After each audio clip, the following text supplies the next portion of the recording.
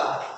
मित्रांनो, झपाटलेल्या चित्रपटातील तात्या विंचू दुसऱ्याच्या शरीरावर नियंत्रण मिळवण्यासाठी हा मंत्र वापरायचा. परंतु आजच्या या रील्सच्या जगात आपल्याला कळतही नाही आणि dopamine trap, fear of missing out, एआयचे पूर्वग्रह, राजकीय इको चेंबर, समविचारी लोकांचा गट, फास्ट फॅशन आणि क्षणभंगूर ट्रेंड यासारखे अदृश्य विंचू रील्सच्या माध्यमातून आपल्याभोवती वेगळीच गर्द घालतात आणि आपल्याला त्यांच्या हातातील कटुकृती बनवतात. याच रील्सचं आणि आजच्या तरुणाईचं नातं आपल्यासमोर मांडण्यासाठी उभा आहे. नमस्कार, मी शुभम सुभाष नाटेकर आपल्यासमोर विषय मांडतोय, रील्सच्या गर्दीत अडकलेली तरुण पिढी. मित्रांनो, विषयाच्या सुरुवातीला विषयाच्या दृष्टिकोनातून विचार केल्यानंतर दोन प्रश्न पडतात. पहिला म्हणजे आजची तरुण पिढी ही रील्सच्या गर्दीत का अडकली आहे? कारण आज जिथे युट्यूब शॉर्ट्स उपलब्ध आहेत, स्नॅपचॅट शॉर्ट्स उपलब्ध आहेत, तिथे इंस्टाग्राम रील्सच का? कारण इंस्टाग्राम रील्स हे न्यूरो मार्केटिंगचा वापर करतात. तुमचा लाईक, फॉलो, कमेंट, शेअर या सगळ्यांचा वापर करून तुम्हाला काय पाहायचंय हे ते दाखवतात. आणि तुम्ही 5 मिनिटांसाठी हातात घेतलेला मोबाईल हा 5 तास तुमच्या हातात राहतो. हे फक्त आणि फक्त त्या न्यूरो मार्केटिंग. मग दुसरा प्रश्न पडतो की आजची तरुणाई का रील्सच्या गर्दीत अडकली आहे? कारण वृद्ध आणि बालक हे सुद्धा रील्स पाहतात. मग तरुणाईच का? कारण आणि तरुणाईलाच का लक्ष केंद्रित केलं जातं? कारण तरुण हा कोणत्याही देशाचा भवितव्य नसून वर्तमान सुद्धा असतो. स्वामी विवेकानंद सांगतात, एखाद्या देशाचा विकास कसा आहे ना की त्या देशातील एकूण लोकसंख्येच्या तुलनेत युवकांची संख्या किती याच्यावर ठरतं. त्यामुळे युवक खूप महत्त्वाचा असतो. आणि स्वामी विवेकानंदांनी सांगितलं होतं, तुम्ही मला 100 क्रियाशील युवक द्या की तुम्हाला या देशाचं भवितव्य बदलून दाखवेल. अहो, पण आजचा युवक काय करतोय? तो रील्सच्या गर्दीत अडकलाय. आणि रील्सच्या गर्दीत अडकल्यामुळे नक्की काय झालं? काही दिवसापूर्वी नालासोपारा ते चर्चगेट लोकलमध्ये एक घटना घडली. एका मद्यधुंद अवस्थेमध्ये असलेल्या नराधमाने एका 22 वर्षीय युवकाची चाकूने निर्घृण हत्या केली.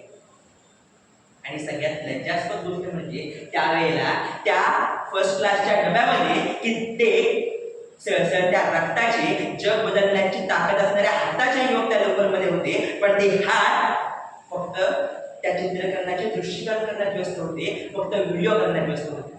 मग ज्या वेळेला जग बदलणारे हात हे व्हिडिओ बनवायला लागतात ना, तेव्हा खऱ्या अर्थाने वाटतं की आजची युवा पिढी ही रील्स जास्त गर्दीत अडकली आहे. मित्रांनो, असं म्हटलं जातं की एखाद्या देशाचा विकास कसा होणार आहे ना, त्यावरून ठरवायचं की त्या युवकांमध्ये, त्यांच्या मुखामध्ये कोणतं गीत आहे. आज आपल्या देशातील युवकांच्या मुखामध्ये लाल लाल कलरची बांगडी, बांगडीचा कलर लाल हे गाणं ऐकायला मिळतं. या गाण्यावरती युवक रील्स बनवतात.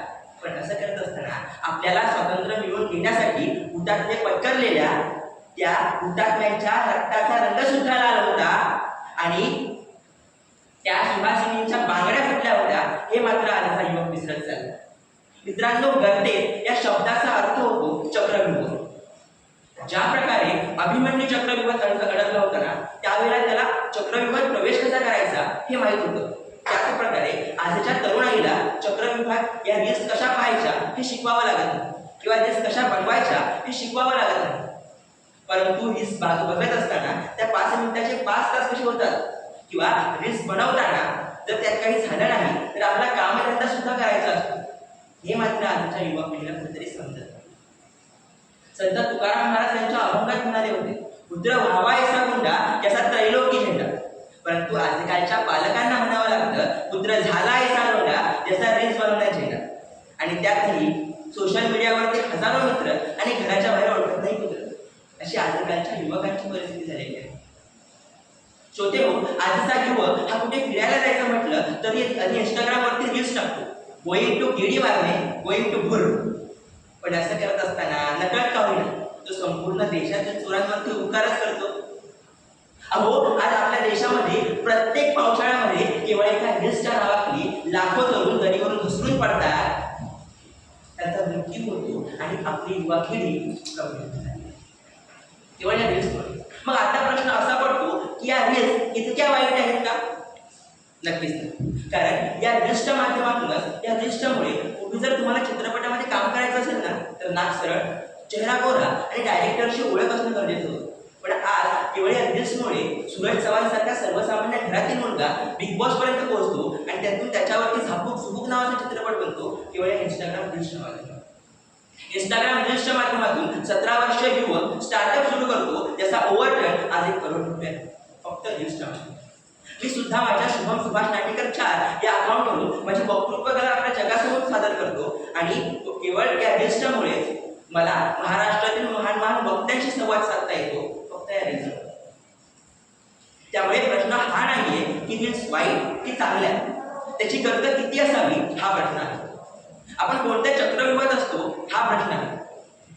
आज जर आपण बघितलं तर ज्या वेळेला प्रसार माध्यमे आपलं काम सोडतात ना आणि मेलोडीचे गुणकारी, त्याचे फायदे हे सांगायला लागतात ना, त्याच वेळी या देशातील तरुण व्यवस्थेच्या विरोधात आवाज उठवतो, तो सुद्धा या रील्सच्या माध्यमातून.